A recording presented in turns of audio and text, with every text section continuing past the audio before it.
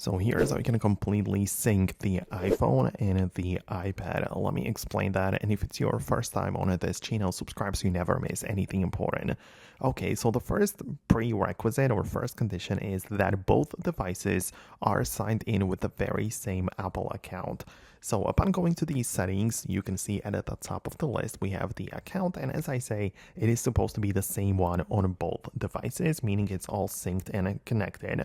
But that's not the end of the story, because what we have to proceed with as well is part of this section. You can go to the iCloud, and in here you want to make sure that the iCloud syncing is basically turned on for every single feature, assuming you want to completely sync your data with your iPhone and vice versa. So you can see that we have the ability to enable the iCloud photos syncing, and basically all of the other things are part of this list. So you want to make sure it's turned on for basically everything, like for the notes, the health data, contacts, reminders, Safari tabs, every single thing which you start on one device is supposed to be continued or show up on the other, right? So for example, if I start a new note, you can see that I have the ability to go to the left section and see the iCloud notes. So whatever I start in here, it's also going to be synced over the internet to the iPhone and vice versa. So that's how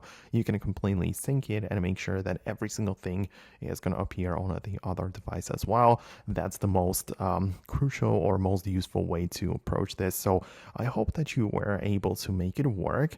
I would love to hear your thoughts and comments below in the comment section. So do that if you can, and I'll see you later in the future videos like this one.